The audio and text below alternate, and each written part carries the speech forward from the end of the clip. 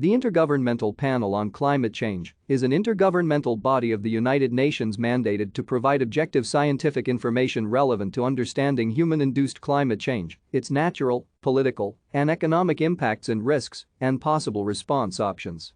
It was established in 1988 by the World Meteorological Organization and the United Nations Environment Programme and was later endorsed the same year by the United Nations General Assembly.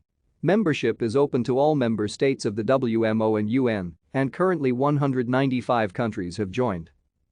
The IPCC does not conduct original research nor monitor climate change or related phenomena. Rather, it conducts a systematic review of published literature to prepare assessment reports, which provide a comprehensive understanding of current knowledge of climate change, its effects, and potential strategies.